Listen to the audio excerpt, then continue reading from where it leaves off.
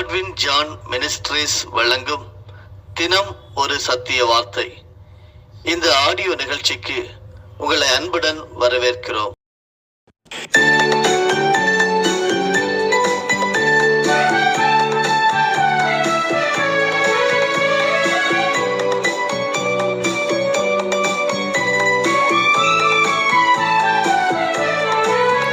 மகிழ்வோம் மகிழ்வோம் தினமாக மகிழ்வோம், இசுராஜன் நம் சொந்தமாயினார்.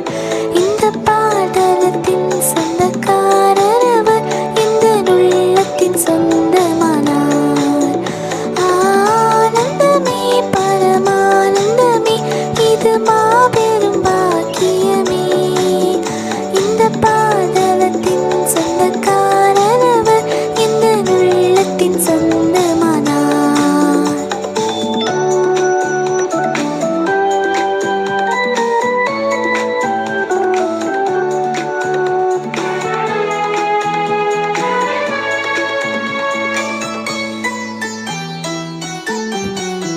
சின்னஞ்சிறு வயதில் என்னை குறித்து விட்டார், தூரம் போயினும் கண்டு கொண்டார். தமது ஜீவனை எனக்கும் அளித்து ஜீவன் பெற்றுக்கொள் என்று உரைத்தார். ஆனந்தமே பரமானந்தமே, இது மாபெரும் பாக்கியமே. இந்த பாதலத்தின் சொந்தக்காரர் அவர், இந்த உள்ளத்தின் சொந்தமானார். நம்முடைய பிதாவாகிய தேவனாலும் கர்த்தராகிய இயேசு கிறிஸ்துவினாலும் உங்களுக்கு கிருபையும் சமாதானமும் உண்டாவதாக. நமது கர்த்தராகிய இயேசு கிறிஸ்துவின் பிதாவாகிய தேவனும் இரக்கங்களின் பிதாவும் சகலவிதமான ஆறுதலின் தேவனமாய் இருக்கிறவருக்கு ஸ்தோத்திரம். காட்வின் ஜான் மினிஸ்ட்ரீஸ் தொகுத்து வழங்கும் தினம் ஒரு சத்திய வார்த்தை. இன்றைய சிந்தனையின் தலைப்பு ஒப்புரவு வழி அமைதி.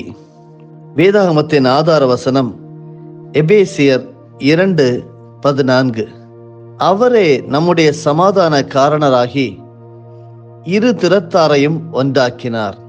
இன்றைய முதலாவது சிந்தனையின் பாடமாக எபேசியர் 2 வசனங்கள் 11 முதல் 22 வரையிலும் படிப்போம்.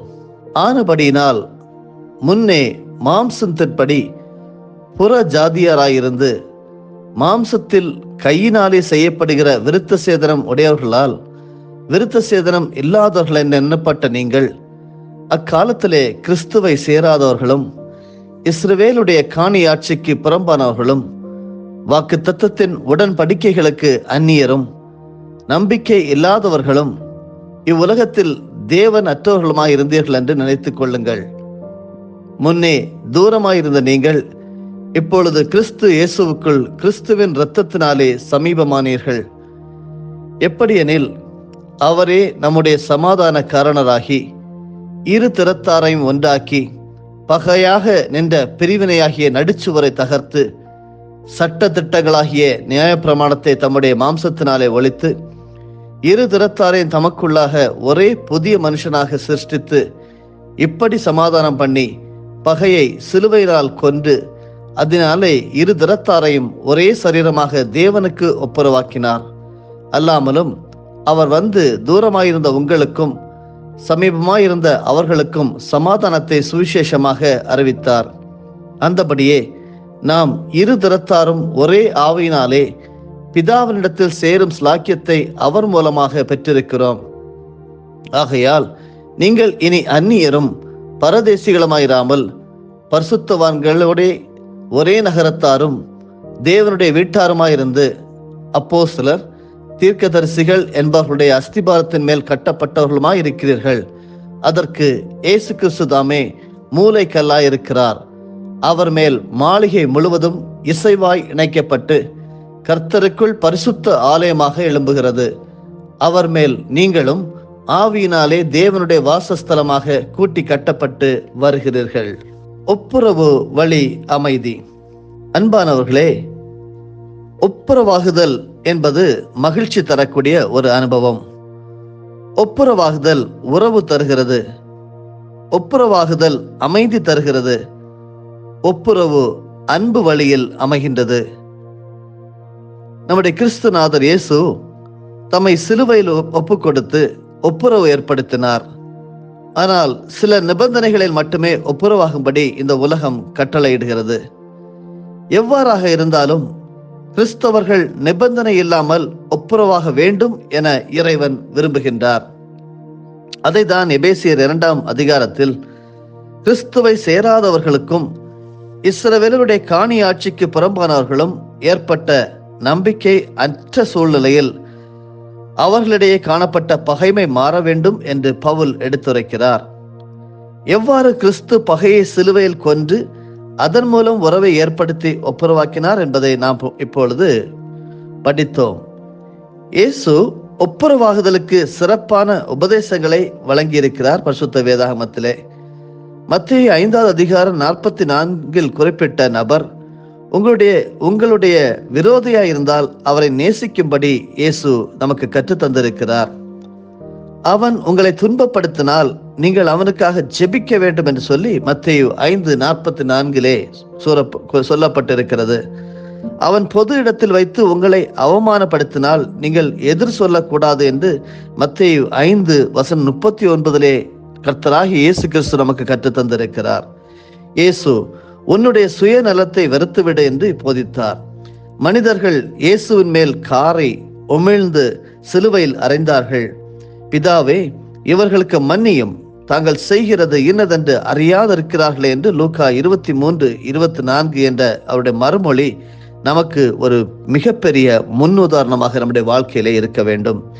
எனவே நாம் ஒருவருக்கொருவர் ஒப்புரவுடன் வாழ்ந்து அமைதியை ஏற்படுத்த இந்த காலை வேளையிலே ஞாபகப்படுத்தப்படுகிறோம். பழைய ஏற்பாட்டிலே ஆதியாகமம் 50ஆம் அதிகாரம் வசனம் 16 சொல்லுகிறது, உம்முடைய சகோதரர் உமக்கு பொல்லாங்கு செய்திருந்தாலும் அவர்கள் செய்த துரோகத்தையும் பாதகத்தையும் நீர் தயவு செய்து மன்னிக்க வேண்டும் என்று சொல்லி ஒரு சம்பவத்தை நாம் படிக்கிறோம். மன்னிப்பின் வழியாக அமைதி கிடைக்கிறது. ஆதியாகமம் 50 வசனங்கள் 14 முதல் 21 வரையில் படிக்கிறேன். யோசேப்பு தன் தகப்பனை அடக்கம் பண்ணின பின்பு அவனும் அவன் சகோதரரும் அவனுடைய தகப்பனை அடக்கம் பண்ணுவதற்கு அவனோட கூட போனவர்கள் யாவரும் எகிப்துக்கு திரும்பினார்கள். தங்கள் தகப்பன் மரணம் அடைந்ததை யோசேப்பின் சகோதரர் கண்டு, ஒருவேளை யோசேப்பு நம்மை பகைத்து நாம் அவனுக்கு செய்த எல்லா பொல்லாங்குக்காகவும் நமக்கு சரிக்கு சரி கட்டுவான் என்று சொல்லி யோசேப்பினிடத்தில் ஆள் அனுப்பி, உம்முடைய சகோதரர் உமக்கு பொல்லாங்கு செய்திருந்தாலும் அவர்கள் செய்த துரோகத்தையும் பாதகத்தையும் நீர் தயவு செய்து மன்னிக்க வேண்டும் என்று உம்முடைய தகப்பனார் மரணமடையும் முன்னே உமக்கு சொல்லும்படி கட்டளையிட்டார். ஆகையால் உம்முடைய தகப்பனாருடைய தேவனுக்கு ஊழியக்காரராகிய நாங்கள் செய்த துரோகத்தை மன்னிக்க வேண்டும் என்று அவனுக்கு சொன்னார்கள். அவர்கள் அதை யோசேப்புக்கு சொன்னபோது அவன் அழுதான். பின்பு அவருடைய சகோதரரும் போய் அவனுக்கு முன்பாக தாழ விழுந்து, இதோ நாங்கள் உமக்கு அடிமைகள் என்றார்கள்.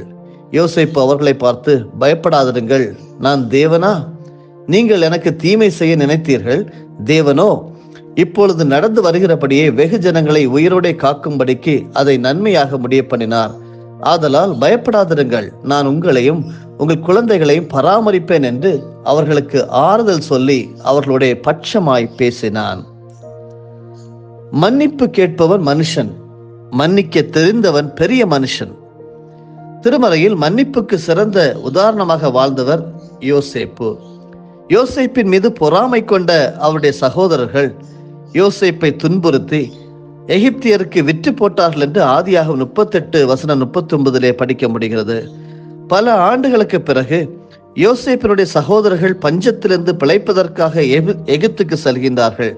அங்கு தன்னுடைய சகோதரர்களை நேசித்து மன்னித்து அவர்களுக்கு வேண்டிய உதவிகளை செய்து அவர்களை வாழ வைக்கின்றார் யோசேப்பு. மனதிலே பயத்தோடும் கலக்கத்தோடும் அமைதியற்றிருந்த சகோதரர்களுக்கு யோசேப்பின் மன்னிப்பு அவர்களுடைய வாழ்வில் அமைதியை ஏற்படுத்துகின்றது. அருமையானவர்களே, இயேசு கிறிஸ்து தம் சீஷர்களுக்கு சொல்லும் போது, உன் சகோதரர் உனக்கு விரோதமாக குற்றம் செய்தால் அவரை கடிந்து கொள், ஆனால் மனம் வருந்தினால் மன்னிக்க வேண்டும் என்று லூக்கா 17:3 அவ்விதமாக மன்னிப்பதால் நமக்கு அமைதி ஏற்படுகிறது என்று சொல்லி கற்றுத்தருகிறார்.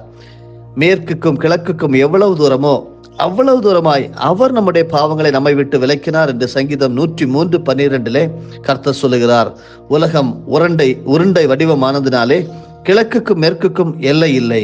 அதுபோலவே கர்த்தர் நம்முடைய பாவங்களை நம்மை விட்டு விலக்கி அவைகளை மறைத்திருக்கின்றார். ஆண்டவர் நம்முடைய பாவங்களை மன்னித்திருக்கிறார், மறைத்திருக்கிறார். நாம் அதே போல மற்றவர்களுடைய பாவங்களை மன்னிக்கிறோமா அருமையானவர்களே? மறக்கிறோமா? சிந்திப்போம். சிலர் மன்னிக்கிறார்கள், ஆனால் மறப்பதில்லை. அன்பானவர்களே, பிறர் நமக்கு இழைக்கும் தீமையை மறக்காமல் மனதில் வைத்துக்கொண்டே இருக்கக்கூடிய ஒரு போலி கிறிஸ்தவ வாழ்க்கையை தான் நம் அநேகர் வாழ்ந்து கொண்டிருக்கிறோம். ஆனால் யோசேப்பை போல மற்றவர்களுடைய குறைகளை, சகோதரருடைய குறைகளை மன்னித்து மறந்து அதன் வழி அமைதியை பெற இன்று காலையிலே முயற்சி செய்வோமா? எத்தனையோ பேர்கள் உலகத்திலே நான் மன்னிக்கிறேன் ஆனால் மறக்க முடியவில்லை என்று சொல்லக்கூடிய கூற்றை நீங்கள் கேட்டிருப்பீர்கள். மன்னிப்பின் வழி உங்களுக்கு அமைதி கிடைக்கிறது என்று சொல்லிதான் வேதம் கற்றுத்தருகிறது. சங்கீதம் 103:12 ஆண்டவராகிய இயேசு கிறிஸ்து நம்முடைய பாவங்களை நம்மை விட்டு விலக்கி இருக்கிறார். ஆம் அருமையானவர்களே, அப்படியானால் நாம் பிறருடைய பாவங்களை பொறுத்து கொள்ள வேண்டும், மன்னிக்க வேண்டும், மறக்க வேண்டும் என்று சொல்லி மன்னிப்பின் வழி நமக்கு அமைதி கிடைக்கிறது என்று சொல்லி கற்றுக்கொண்டோம். கற்றுத்தந்த பரிசுத்த ஆவியானவருக்கு நன்றி செலுத்துவோம். ஜெபிப்போமா? எங்களை நேசிக்கிற அருமையான நல்ல ஆண்டவரே, ஆசீர்வாதமாக தந்திருக்கக்கூடிய ஒரு புதிய நாளுக்காக நன்றி செலுத்துகிறோம். ஆண்டவரே, நீரே எங்களுடைய சமாதானக்காரனராகி இரு திறத்தாரையும் நீர் ஒன்றாக்கினீர் என்று சொல்லி நாங்கள் கற்றுக்கொண்டோம். ஒப்புரவின் வழியாக எங்களுக்கு அமைதி கிடைக்கிறது அப்பா. எங்களுடைய சுயநலத்தை நாங்கள் வெறுத்து விட்டு பிறருக்கு ஆண்டவரே உபதேசங்களை செய்கிறவர்களாக இல்லாமல் அவர்களை நேசிக்கும்படியாகவும் ஆண்டவரே எங்களுக்கு அருள் புரிவீராக என்று சொல்லி நாங்கள் ஜெபிக்கிறோம். ஒருவன் எங்களை துன்பப்படுத்தினால் நாங்கள் அவர்களுக்காக ஜெபிக்க வேண்டும் என்று சொல்லி கற்றுத்தந்தீர். பொது இடத்திலே வைத்து எங்களை அவமானப்படுத்தினால் நாங்கள் ஒன்றும் சொல்லக்கூடாது என்று கற்றுத்தந்தீர். ஸ்தோத்திரம். நீங்க எங்களுக்கு மிகப்பெரிய முன் உதாரணம் அப்பா. மன்னிப்பை கேட்பவன் நாங்கள் மனுஷனாக இருந்தாலும் ஆண்டவரை மன்னிக்க தெரிந்தவர்கள் நாங்கள் பெரிய மனுஷர்களாக கருதப்படுகிறோம். நீர் எங்களுக்கு மன்னிப்பதனால் அமைதி கிடைக்கிறது என்று கற்று தந்தீர். அப்படி மன்னிப்பை கொடுத்து மறந்து ஒப்புரவாகி நல்வாழ்க்கை வாழ உதவி செய்யும். இயேசுவின் மூலமே பிதாவே, ஆமேன். என் ஆத்துமாவே கர்த்தரை ஸ்தோத்தரி, என் முழு உள்ளமே அவருடைய பரிசுத்த நாமத்தை ஸ்தோத்தரி. என் ஆத்துமாவே கர்த்தரை ஸ்தோத்தரி, கர்த்தர் செய்த சகல உபகாரங்களையும் மறவாதே. ஆமேன்.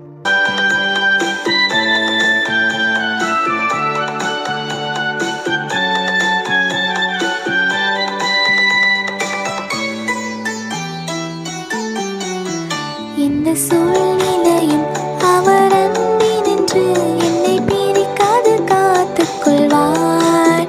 என்னை நம்பி அவர் தந்த பொறுப்பதனை அவர் வரும் வரை காத்துக் கொள்வேன். ஆனந்தமே பரமானந்தமே, இது மாபெரும் பாக்கியமே. இந்த பாதலத்தின் சொந்தக்காரர் அவர், இந்த உள்ளத்தின்